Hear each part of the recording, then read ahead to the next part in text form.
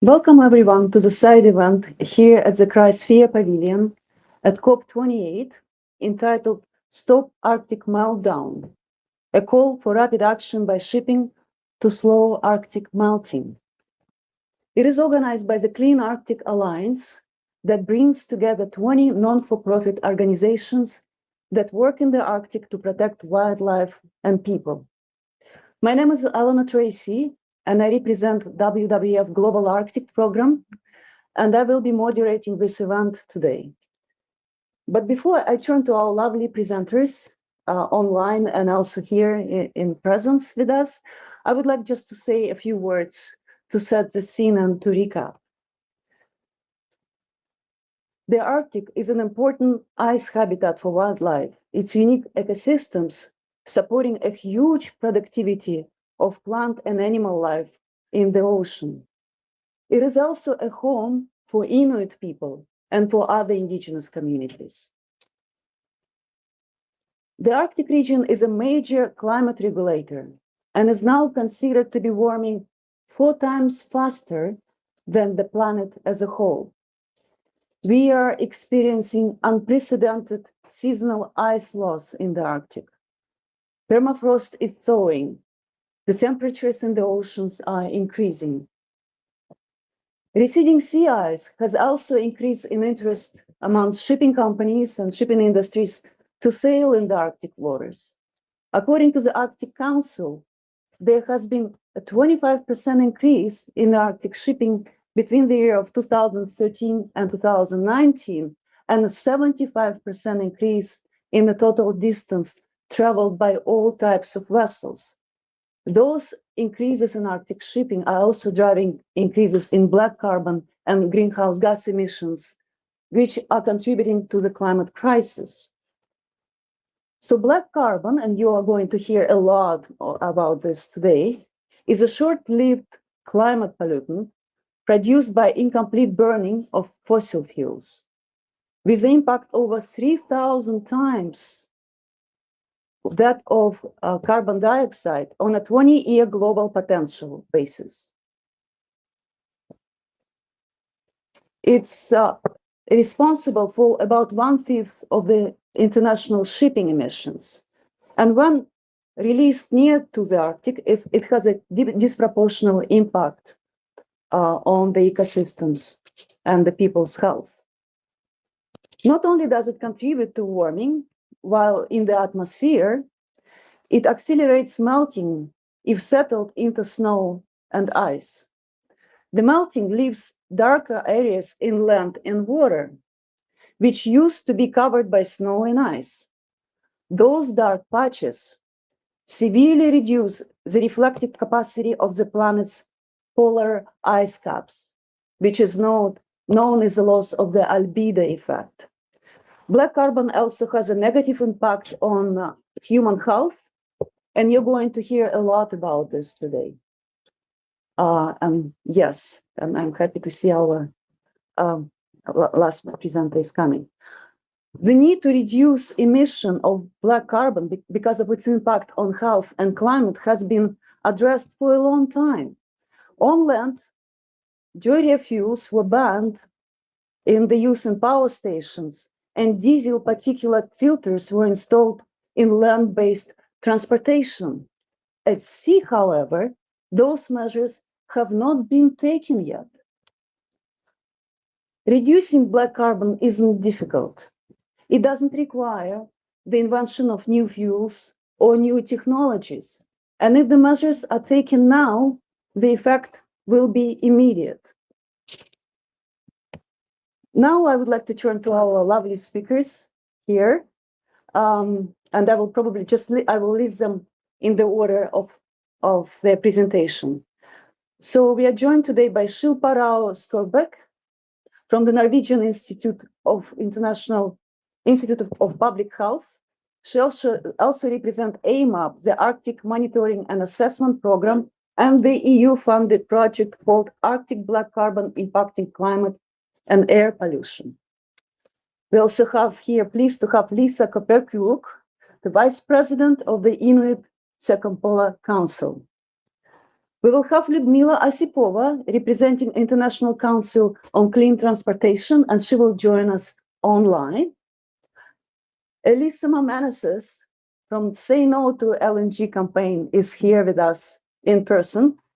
And Panganga Panguwiwi from the Indigenous Environmental Network is also here with us. And the last but not the least, we will be joined by lead advisor of the Clean Arctic Alliance, Sean Pryor. So let's, without further ado, I welcome our first speaker, Shilpa Rao Skogberg.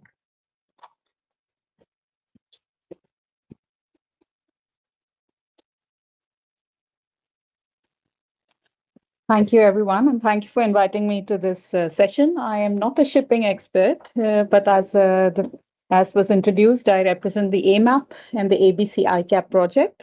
And both of these have a focus on BC and methane, on black carbon and methane. So while I'm not going to exclusively be talking about black carbon from shipping, the idea is to give you an overview presentation of how black carbon and methane affect your health.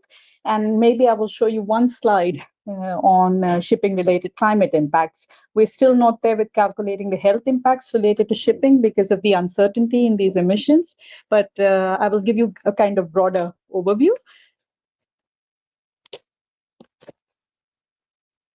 So what are SLCFs? SLCFs are short-lived climate forces.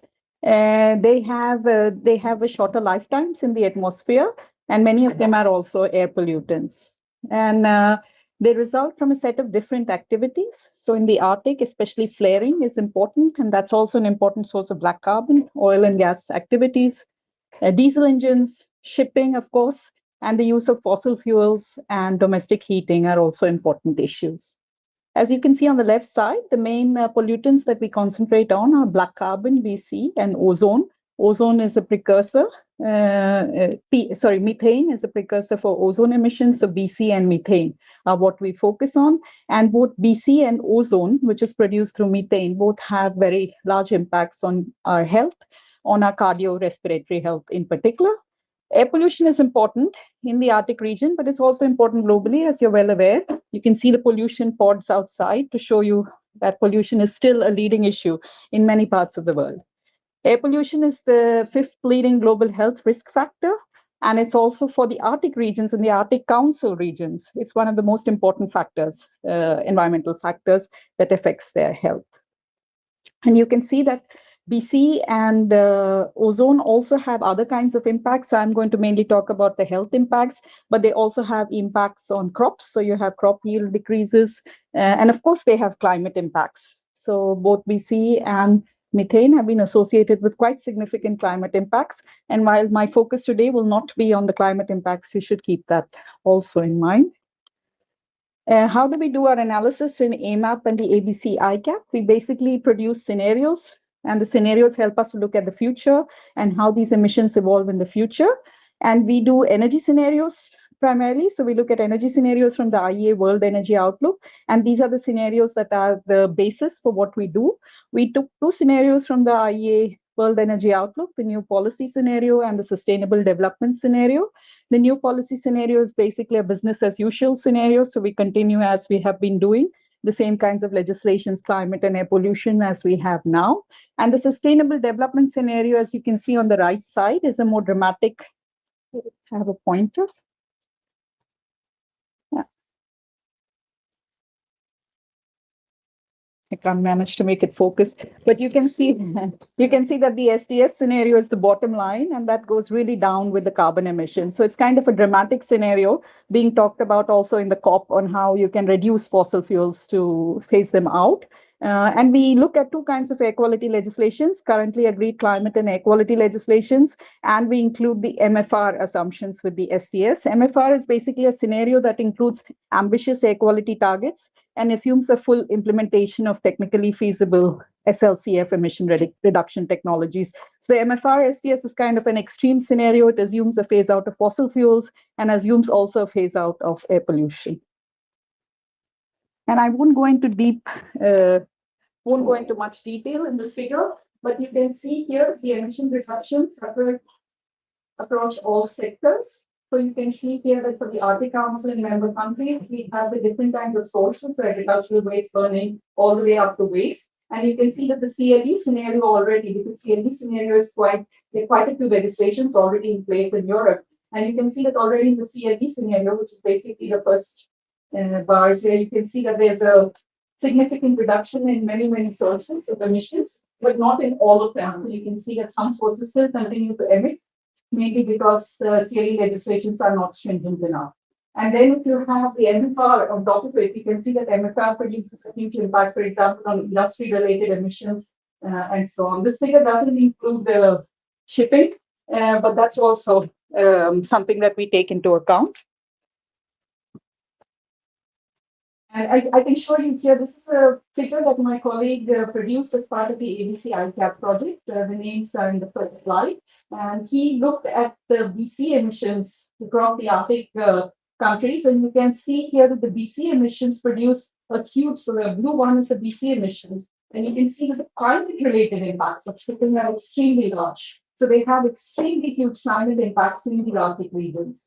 But of course, the source itself, BC source itself, is still relatively small for the region. So we're not able to isolate the health effects associated with BC. But in general, we see that the climate-related impacts are significant. You can see here that across these scenarios, so going back to total emissions, all emissions decrease. And particularly in the NFR SCS scenario, which is the green dotted line at the bottom here, you can see huge reductions in BC organic carbon, sulfur, and methane. So methane is also controlled in this scenario mainly because of the fossil fuel phase out. Okay, so this is how emissions reduce across the scenarios and what impacts do they have on health. And you can see here, these are some of the Arctic Observer and Arctic Council countries. And you can see here that already the CLE scenario leads to dramatic improvements in health in many parts of the world. But you can see here the CLE scenario has improvements in 2030 in the US, in Canada, and many places.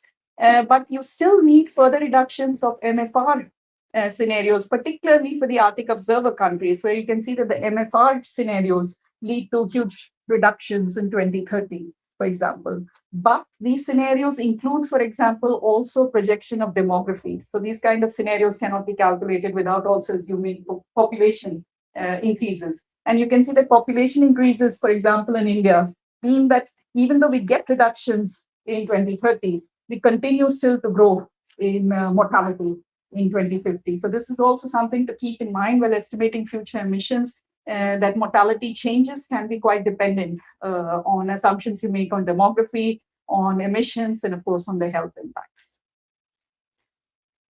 And here you can see that this is also a new slide. This is work that we're doing at the moment in the ABC-iCAP project. And we tried here to look at the costs and benefits. So we went beyond health and said, okay, you get these health reductions, you get these mortality reductions. What does that mean for costs and benefits? And the blue ones here show you the costs. You can see the blue slide show you the costs, and the red and black on the right side show you the benefits. And you can see that I won't go into much detail, but the benefits by far exceed the costs in there. Benefits are, of course, based on a number of uncertainties again, and we are well aware of that. But in general, we think that the costs of producing fossil fuels and having ambitious air pollution policies will still be less than the benefits that you can get from this scenario.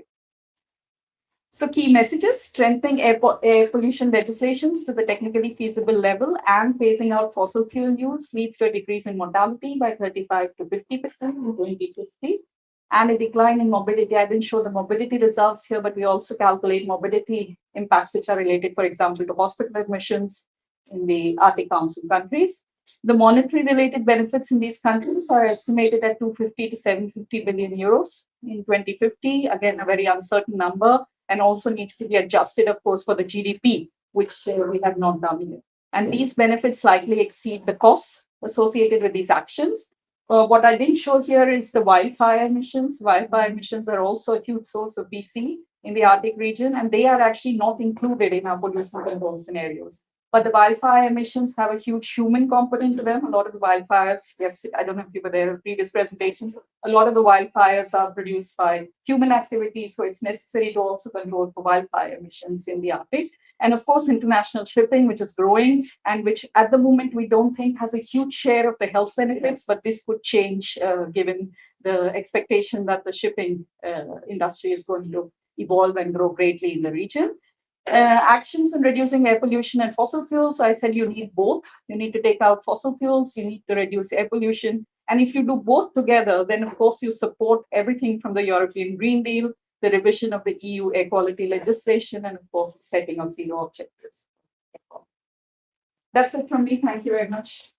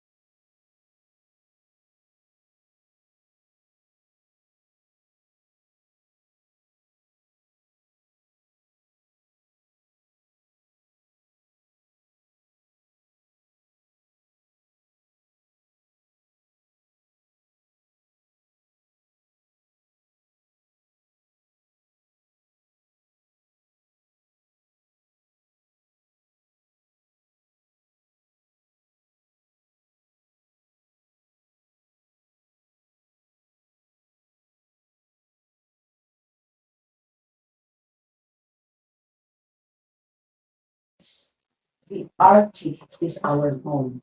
We call all this region Inuit, Nunat, our Inuit homeland.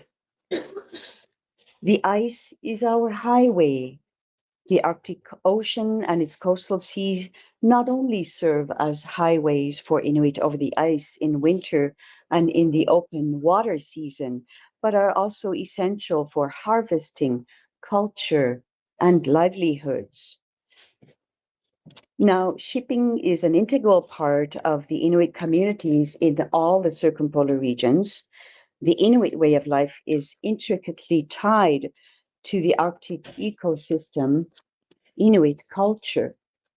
And when we say Inuit culture, I would really like to tie it in to our worldview, our knowledge system.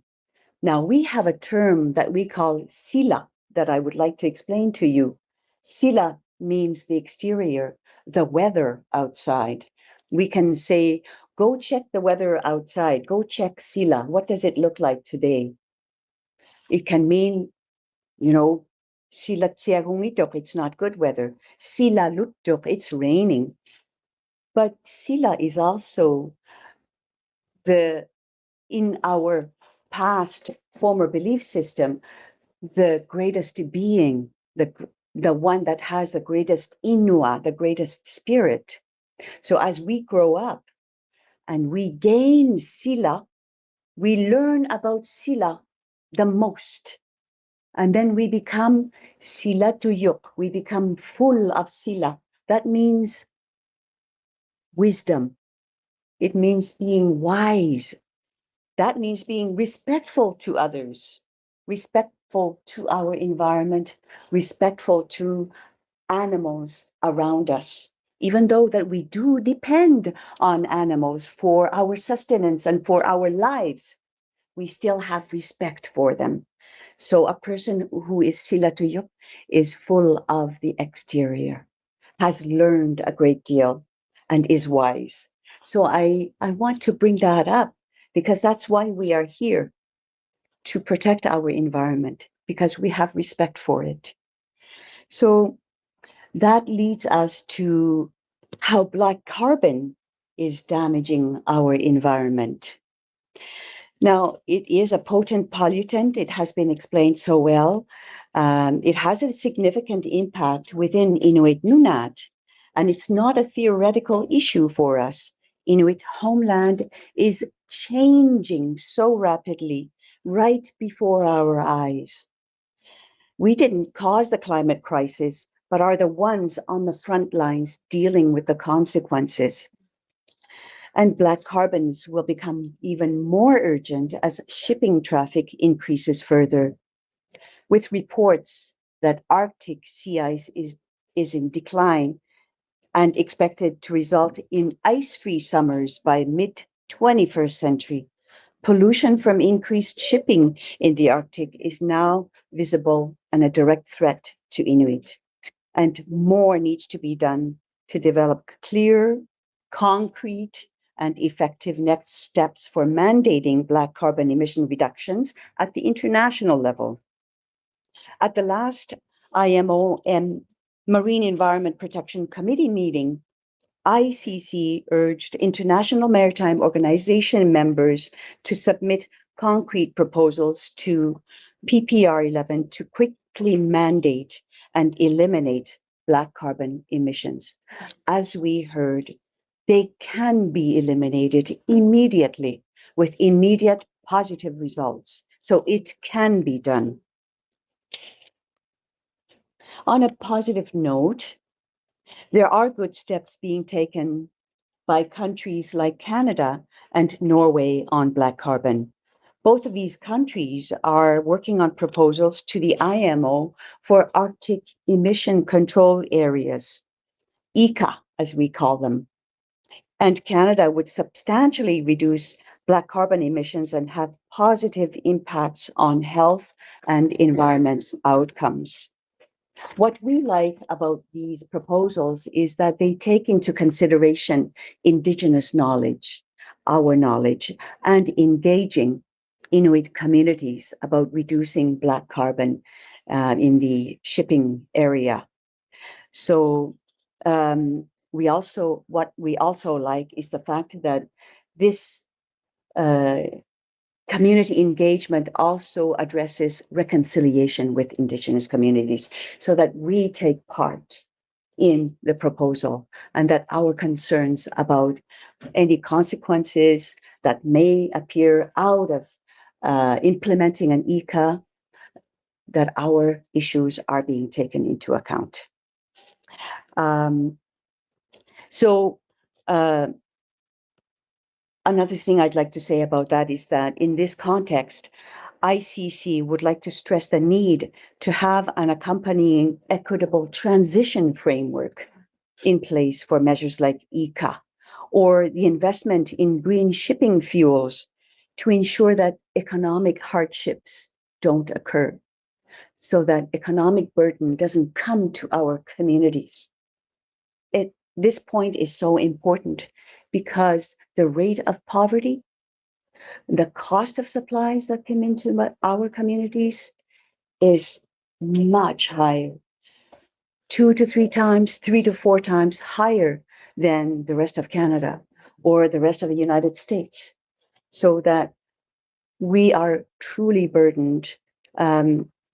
Our families also have lower income, family income, than the rest of Canadians or the rest of Southern communities. So when we want to go shopping for groceries at the store, the local store, we have to pay much higher price for a smaller amount of groceries that don't last very long in our homes. So the need for equitable transition, we must take that into account.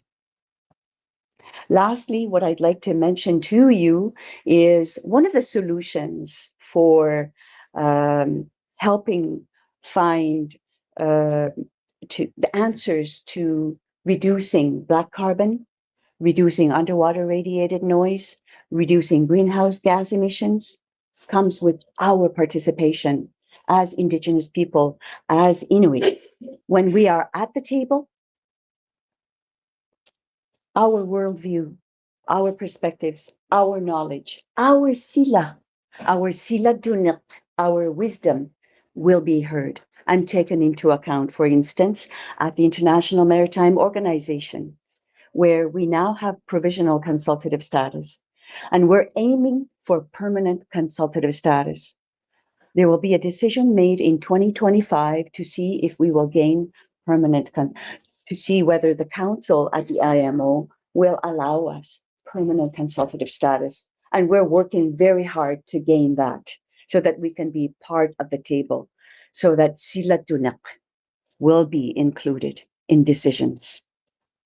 Thank you very much.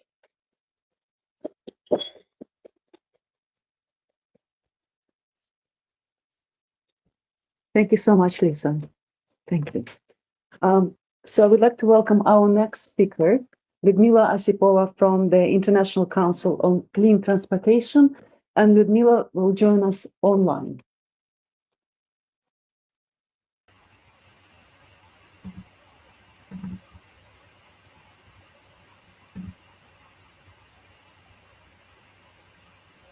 Hello everyone. I hope you can see my screen. I'll make it full screen and introduce myself. Could you confirm that you see the full screen? Perfect, thank you. Yes? Yes, we can see you. And full screen Great. too. Awesome, thank you. Good morning, everyone. Sorry I cannot join in person, but I'll try my best to present from here, from our office in Berlin. My name is Ludmila, and I'm a marine researcher at the International Council on Clean Transportation. And today I'm going to present our work that we've been doing at the ICCT already for the last 5-6 years on estimating what emissions are happening in the Arctic from the Arctic shipping, and looking at the trend in the Arctic to just keep our fingers on pulse of what's going on there. I would like to start, just like other presenters, explaining why black carbon in the Arctic matters. Well, first and foremost, black carbon is a very strong potent climate pollutant, and its global warming potential actually is 900 times stronger than of CO2 global warming potential. Sorry? So it's much stronger than CO2 emissions at 100 years timeline. But if you look at the 20 years timeline, which is makes more sense because black carbon actually is a short-lived climate, its global warming potential is even stronger. It's 3,200 times stronger. And also black carbon has a special effect in the Arctic because it reduces surface of albedo, or the snow and ice reflective power. That means that because black carbon has a black color, it absorbs more sun energy, and this exacerbates the melting of ice and snow in the Arctic. On top of it, black carbon has a negative health impact, and that was already covered by the previous speakers. Black carbon is a component of the particulate matters, and it can lead. It was shown to be a leading in cause of premature mortality in this area. One study showed that actually the black carbon combined with solid particles emitted above 40 degrees north accounted for more than 600 premature deaths only in 2012. And additionally, it can cause many respiratory issues, especially for vulnerable populations living in the Arctic area, cardiovascular issues. It increases risk of premature mortality, as I said, and also can increase inflammatory responses of the health. And finally, black carbon is a very overlooked pollutant. It's highly underregulated. There was a HFO ban introduced at the IMO, which will start in summer next year to be in power, but it only covers Arctic IMO definitions, and also there's a lot of exempts and waivers, and if they are all applied, we estimated that black carbon emission will be reduced by just 5%. And finally, the IMO and the European Union shipping policies, all the new shipping policies that are being introduced, do not really include a regulation for black carbon in any way. So first, I would like just to cover what is the Arctic. I already mentioned there is this IMO Arctic water as defined by the Polar Code. And on this map, you see it as a blue line. So this is basically the outline of the Arctic that is being regulated at the IMO. But we have actually a much broader scope of what Arctic is. The geographic Arctic extends at or above approximately 59 degrees to the north. And here, this purple color shows the entire Arctic area. There are two more definitions that I also put on this map just for the informative purposes. It's AMAP and AHDR boundaries that's shown in green and red colors, just to see how, just for you to understand how different the definitions of the Arctic is. So what do we know? What is our most recent discoveries about the shipping in the Arctic? We find out that in 2021, approximately 9,000 vessels have been identified in the geographic Arctic scope, and we estimated that there were 1.5 kiloton of black carbon emissions happening in this area.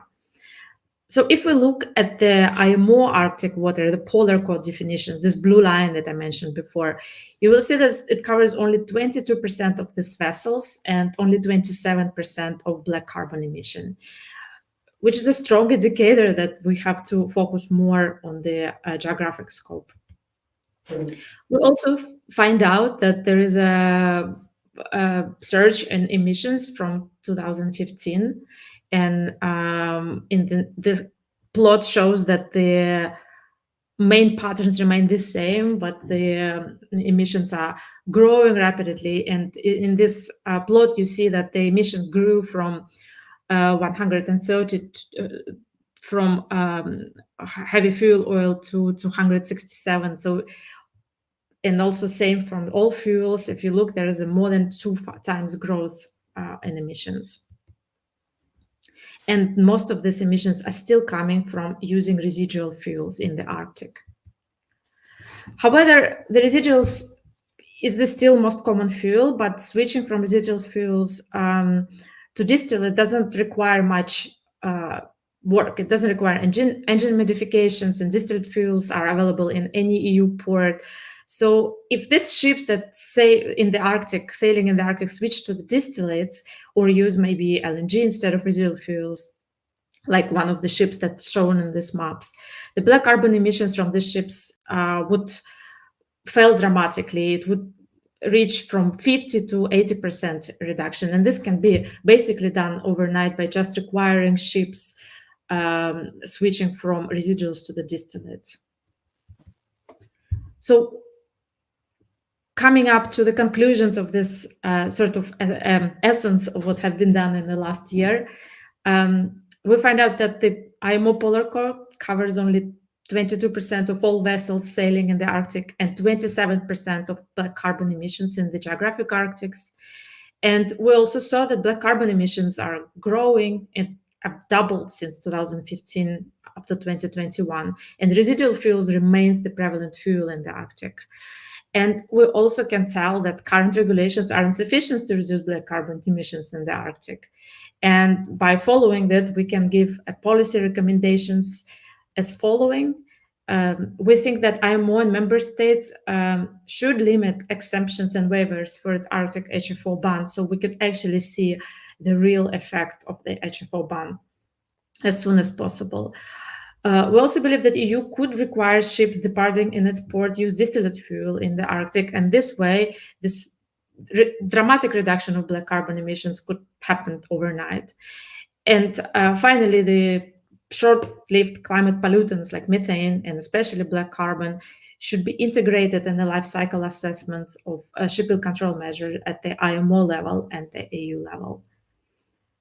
Thank you for your time and for listening for this short presentation. If you have any questions, please reach me out. I'll be happy to answer those.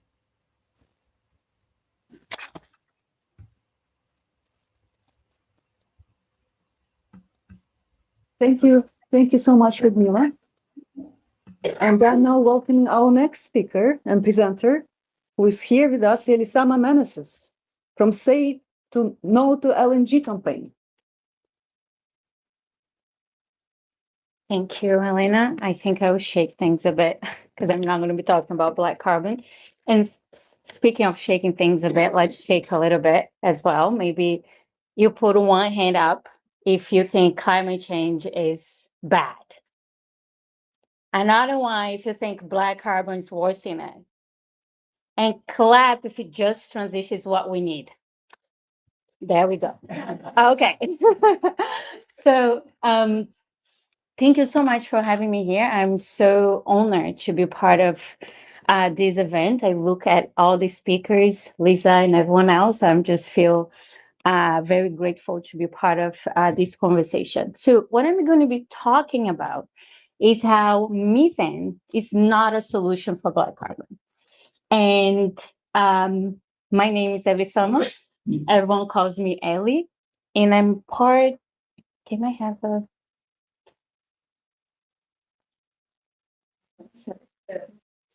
Does anyone have it? Yeah. You can try the one which you change slides. Yeah. Do you see it? Yeah. Isn't it that one? Oh, maybe.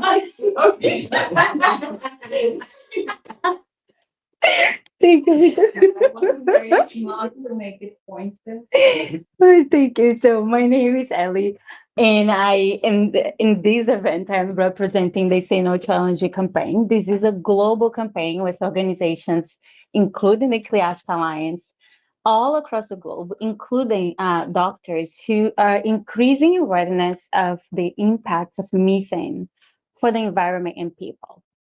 And the moment could not be as urgent to talk about it, because what we have been seeing in the last decade or so is an increase in LNG capable vessels. LNG stands for liquefied natural gas.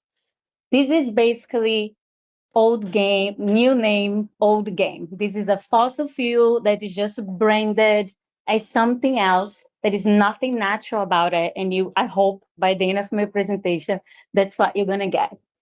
And one of the main issues in this increase of LNG vessels, not only the ones already in operation, but the ones on order being built right now, is methane. So depending on what you check or what study you're going to use, liquefied natural gas is between 85 and 98% methane. So actually, if we are calling liquefied natural gas what it is, we should call it liquefied methane gas, because that's exactly what LNG is. In methane, probably most of the people in the room know already about that, is a very strong greenhouse gas.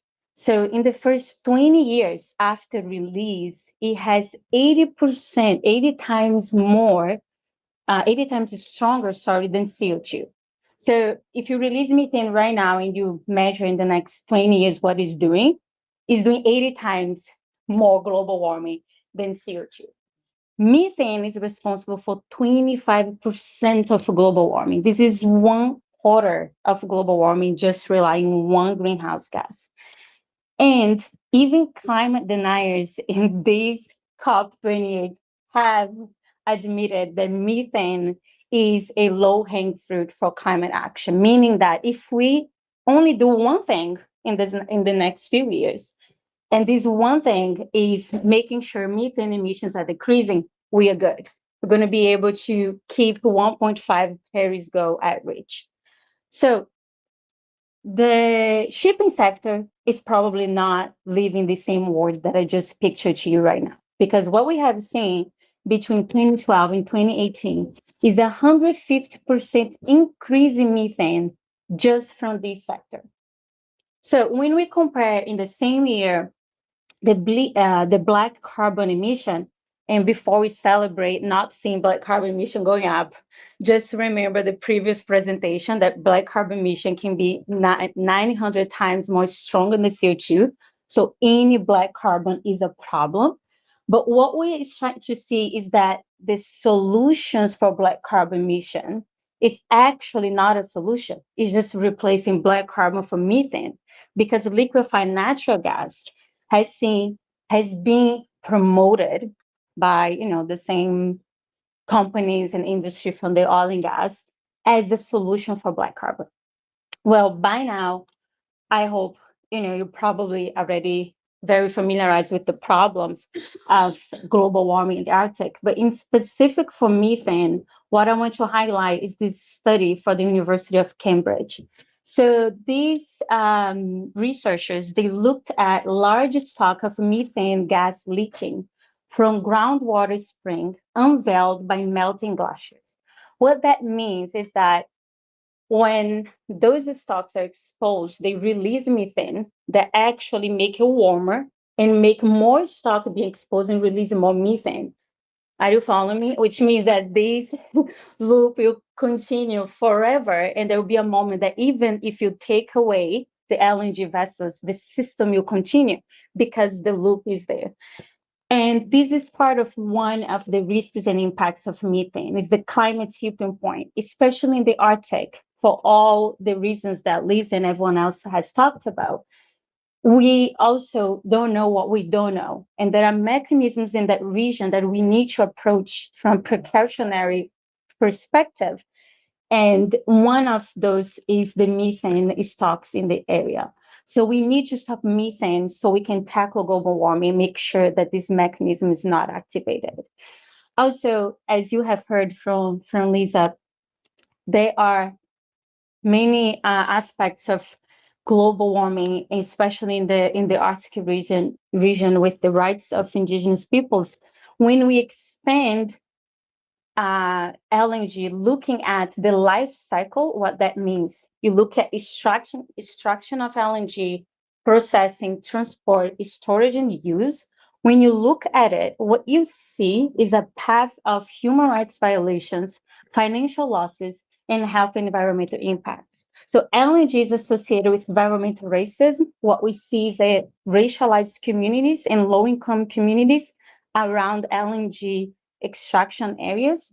They have contaminated drinking water. The air is very polluted.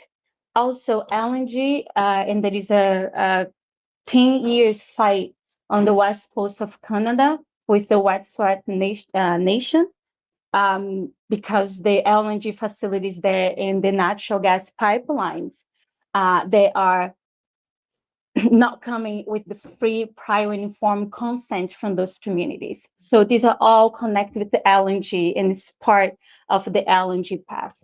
Not to mention the financial loss. So when you see the sector trying to move towards a zero emission future, what studies have shown is that LNG will be a 850 billion stranded asset.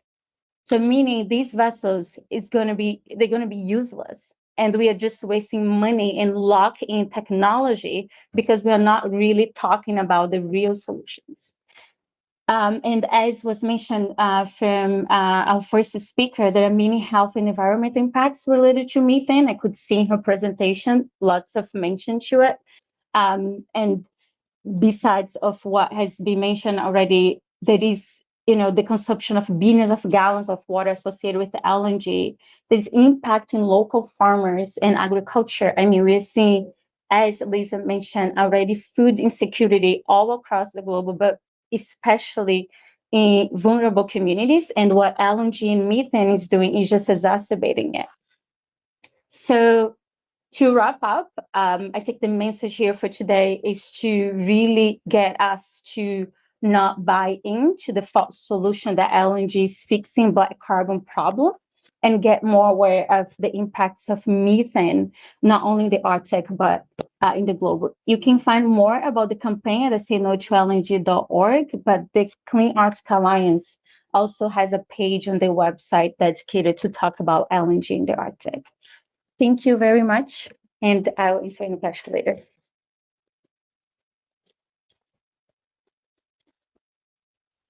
Thank you so much, Elisama. And now I'm pleased to invite our next speaker, Panganga Pangawui. Is it right? Almost right. You tell me how it is right. And she will speak about marine geoengineering and that it's not a solution. Yeah, great segue. Wanga ata banganga na nakapangawi, wanga ataka kanata manaka Kirsten Nugak Pas, wanga si wungami, and my Ramka or my clan is Kiwagami. So as the global community increasingly acknowledges the climate crisis, there are desperate, harmful, counterintuitive measures being tested and promoted by billionaires in fossil fuel industry. One of these forms of false solutions to the climate crisis is called marine geoengineering. Marine geoengineering encompasses various proposed methods to supposedly mitigate climate change impacts on the oceans. These are greenwash techno fixes finding their way into policies and global platforms, many of which will be used in the carbon market and are used for so-called biodiversity offsets. Some of these methods include ocean fertilization, ocean alkalinity enhancement, hollow glass microspheres, and ice pumps powered by green hydrogen cells, as well as marine cloud brightening. Ocean fertilization involves adding nutrients to the ocean to stimulate phytoplankton growth, which will supposedly sequester carbon dioxide from the atmosphere. However, this approach raises concerns about its impact on marine ecosystems, including potential for harmful algal blooms. For instance, when this was done in 2018, in 2017, the rate of toxic algal blooms in Alaska increased in 2018 when there was an experiment in the Arctic. Ocean alkalinity enhancement aims to increase the ocean's capacity to absorb and store carbon dioxide by adding alkaline substances such as calcium hydroxide or limestone.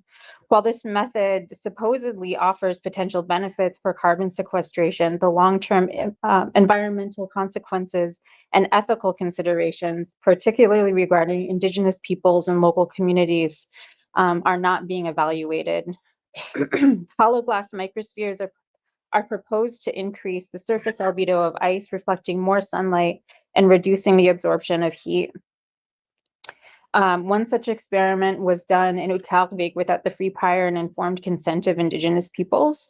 And the plan of the Arctic Ice Project was to spread 100,000 square kilometers annually across the Arctic ice. And this would cost between $1 and $5 billion, depending on what method they used. And of course, the Indigenous communities, we were not informed, consulted, and when we actually tried to engage, we were turned away at their event. So there's there's a deliberate exclusion of Indigenous voices when it comes to a lot of these technologies.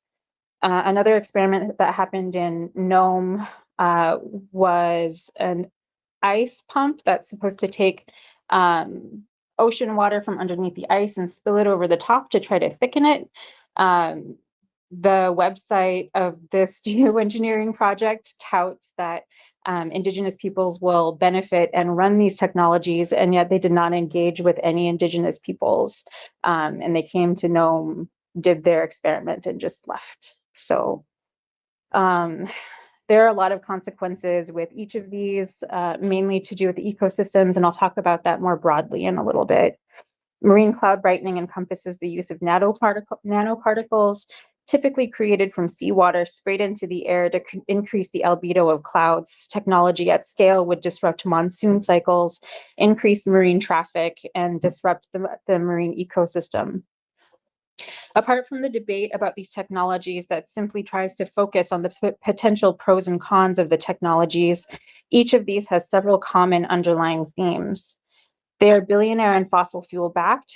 They are theoretical and risky. They will cost enormous amounts of resources and would require multi-decade international agreements. They require the continued use of Indigenous lands and waters as sacrifice zones, as we have seen in the resource development that has gotten us into the climate crisis to begin with. Already these technologies are being tested on us without our free, prior, and informed consent. As an Indigenous person deeply connected to the land, I must emphasize the peril of excluding Indigenous perspectives when devising solutions to address climate change. Our close relationship with the ecosystems being experimented on is integral to our understanding of their intricate balance and delicate harmony. Those conducting these experiments often lack familiarity with our ecosystems, and their methods of testing and inquiry fall short of comprehensiveness. Their questions are often one-dimensional, failing to consider the necessity for nature to have the time to adapt to a rapidly changing climate. Further human intervention through geoengineering would disrupt the natural adaptive processes of our ecosystems. The urgency of the climate crisis demands that we consider the long-term consequences of our actions. It is essential to recognize that the wisdom embedded in Indigenous knowledge systems is rooted in the deep observation and understanding of our environment over generations. Our traditional Indigenous knowledge offers insights into the resilience and adaptability of our ecosystems, emphasizing the need for a cautious and holistic approach to environmental stewardship. We are in a climate crisis because of a flawed value system that allows for the sacrifice of many and the supposed benefit of a few. Geoengineering is a concept that continues that practice. Resource development and geoengineering are both forms of commodification of nature and wrongly views humans as separate from nature. Our communities, intimately tied to the land and water, bear witness to the interconnectedness of all life and the necessity of preserving the integrity of our ecosystems. In light of these considerations, it is imperative that decision makers and researchers engaged in genuine dialogue with Indigenous peoples, recognizing the invaluable wisdom that we possess. Our voices hold the key to a more comprehensive understanding of the complex web of relationships within ecosystems and the consequences of large-scale interventions. Let us strive for a future where Indigenous perspectives are not only included, but honored as essential contributions to the collective efforts to address climate change. Only through genuine collaboration and respect for Indigenous knowledge can we hope to navigate the changes ahead with the wisdom and foresight that we have. Thank you.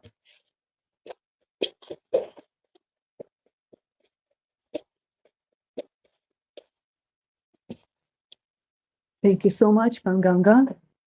And now I'm pleased to invite our next and last speaker for today, and she will join us remotely. It's Dr. Sean Pryor, based in London, and she will speak about options for the rapid reductions of black carbon emissions.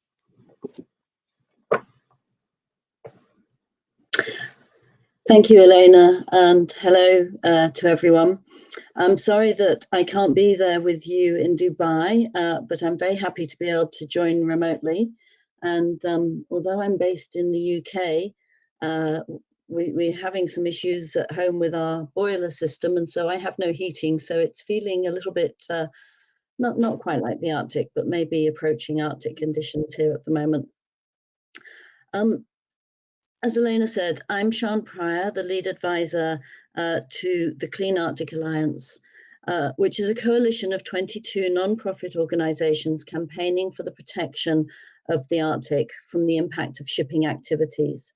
And our foremost campaign addresses emissions of black carbon from shipping that is having an impact in the Arctic. And following Panganga's presentation, I'm going to talk now a little bit about how shipping can reduce its climate impact so that we are not in a position where we're trying to rely on other ways of addressing the climate emergency that we face. It's now over 16 years since a paper recognizing that black carbon is a potent climate forcer was submitted to the International Maritime Organization's Marine Environmental Protection Committee.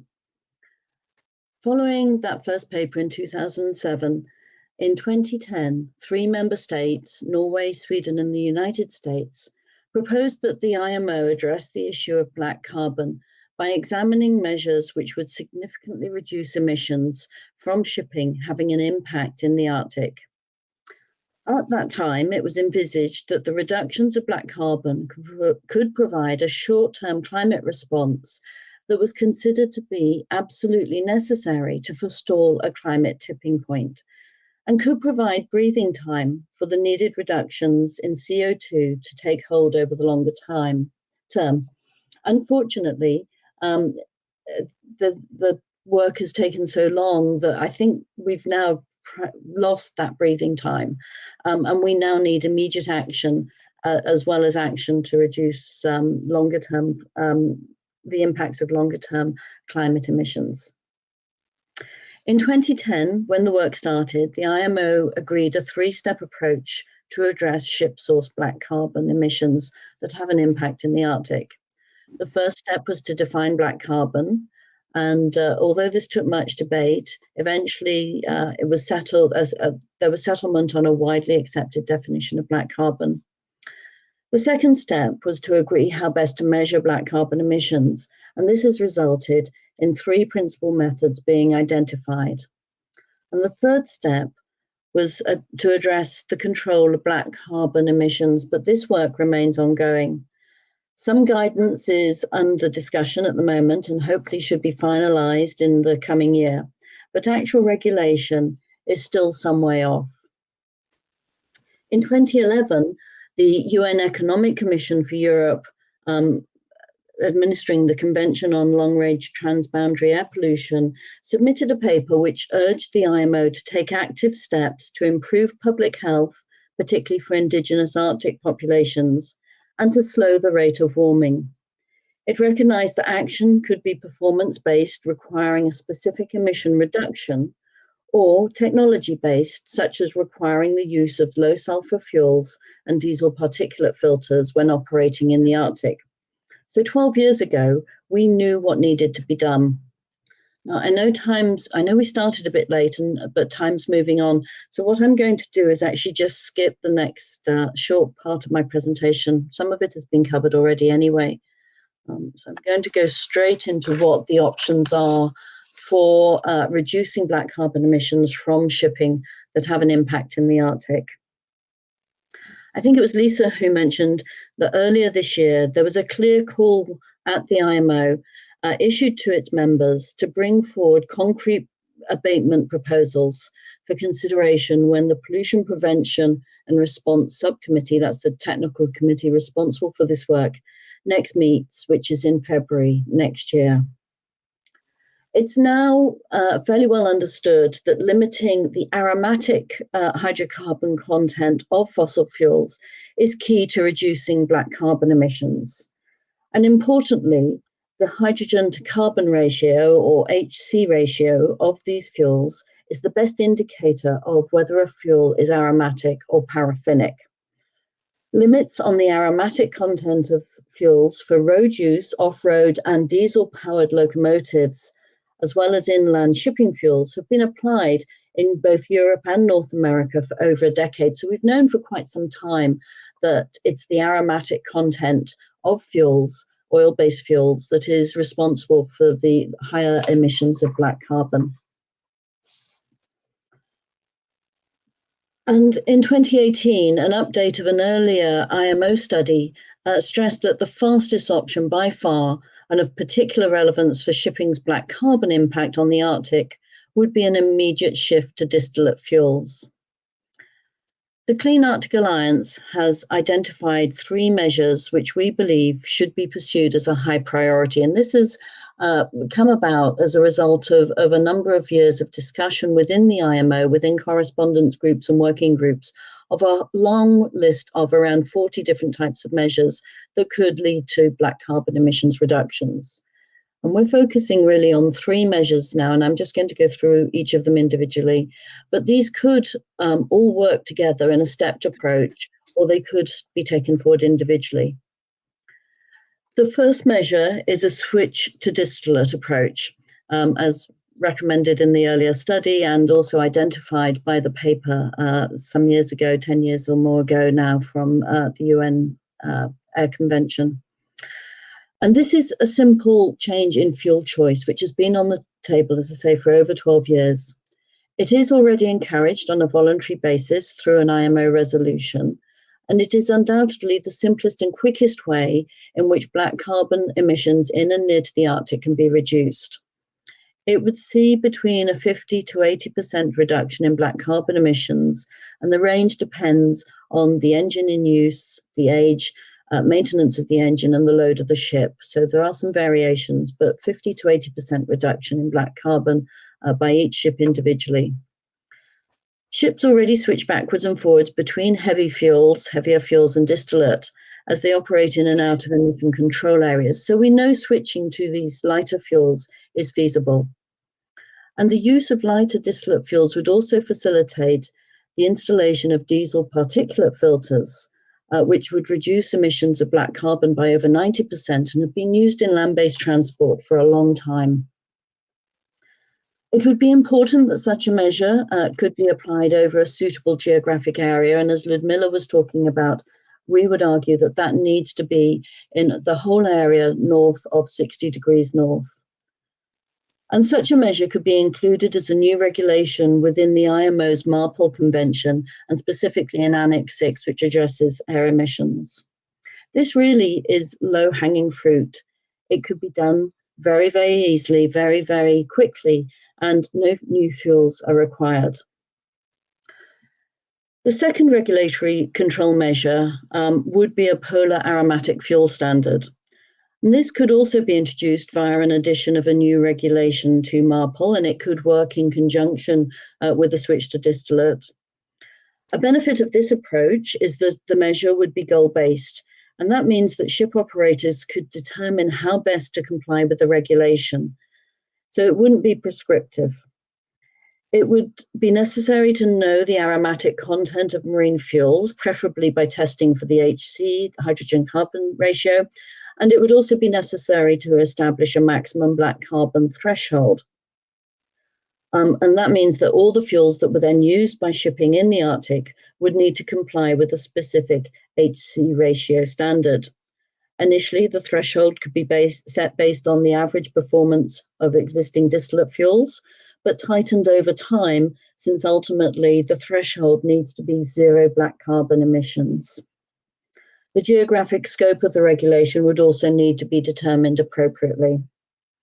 And then the third measure, which we believe could be complementary, would be the development of a black carbon emission control area designation. We already have emission control areas to limit the amount of SOx and NOx being emitted by ships. And we would argue that a complementary emission control area to address black carbon would be valuable. This measure would also require a black carbon threshold to be introduced via a new regulation in the MARPOL Convention. And the benefits would be that a ABC-iCAP, or Black Carbon Emission Control Area regulation, could be developed by an individual country or group of countries working collaboratively to bring in tighter standards in a given area. There would be no need in the case of an ECA to define the geographic scope of the measure. That would be done automatically by the countries introducing the measure. And the designation could also be used further afield to support reductions in black carbon emissions arising from further south. So it could, as I say, be complementary to an aromatic fuel standard, provided it required a tougher threshold than that was agreed for the fuel standard. Yeah, as we've heard today, the Arctic serves as a regulator of global climate and other ecological processes through large-scale patterns related to air and ocean circulation. And the changes that we're seeing in the Arctic are impacting and will continue to impact the rest of the world. It really is a travesty that amid the clear and unfolding climate crisis in the Arctic, that emissions of a potent, short-lived climate pollutant remain totally unregulated, especially when potential solutions for Arctic shipping already exist. If we are to achieve the necessary rapid, deep, and sustained mitigation that is called for in the latest IPCC reports, then in the short term, there is an urgent need for measures that will reduce short-lived climate pollutants immediately. And we believe that the options that I've just laid out can do just that for the shipping sector. Thank you.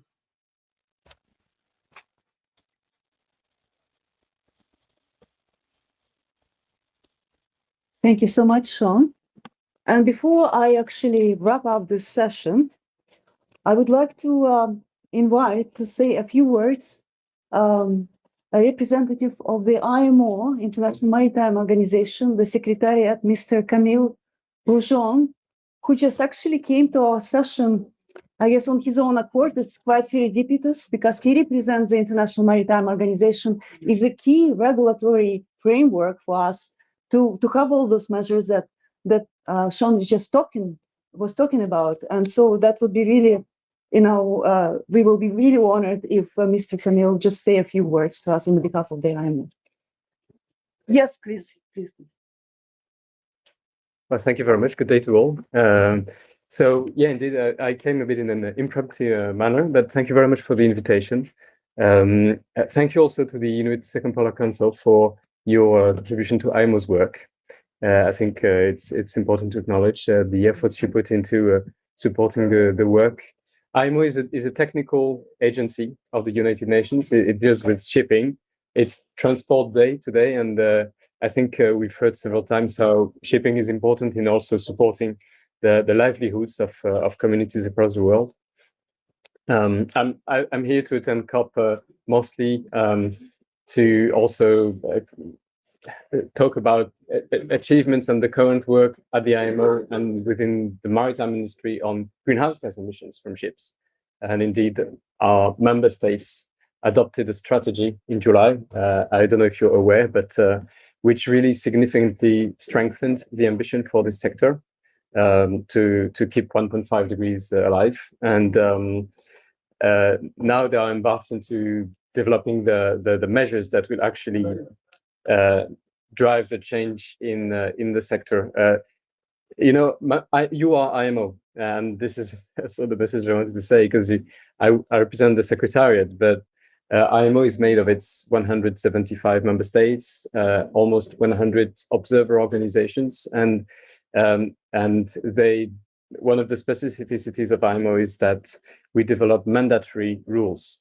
And it's one of the very few UN organizations that actually develop mandatory rules. So as you can imagine, it takes the need for long discussions and evidence-based discussion to get to an agreement among the member states on what regulatory framework should apply to shipping. The good news is that there's really a full commitment of the member states to achieve our net zero target in shipping. Black carbon is also an important aspect, and I really encourage all of you to follow what's happening. I know that Lisa and I will see each other, Sienna as well, in February for the Pollution Prevention and Response Subcommittee to consider some of the very concrete proposals that have been put on the table that has been mentioned. We've received a proposal by Canada for an Arctic AMAP, so this will be considered. And there are also a number of other proposals that are on the table. So happy to, I have to go, unfortunately, quickly after the meeting, but thank you again. I learned a lot. It was very interesting, and continue your efforts and your work. Thank you.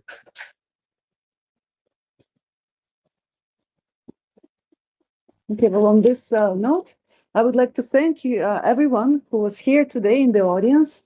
I would like also to thank our lovely speakers, Shilpa, Lisa, Ludmila, Elissima, Panganga, Sean, our distinguished guest from the IMO, Camille. I would like to also thank the Cryosphere Pavilion for inviting the Clean Arctic Alliance to organize this event today. And finally, I would like to also thank you all who is watching us right now on the live stream.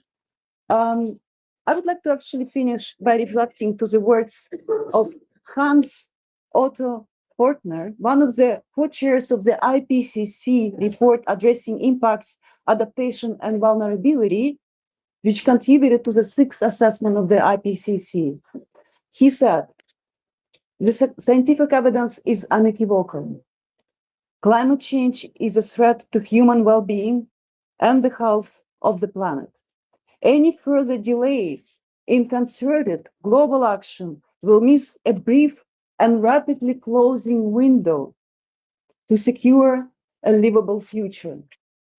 I believe that this word should be at the heart, in the hearts and the minds of everyone for all further and current discussions in the IMO, in all other relevant venues and places. Thank you so much for being here with us today.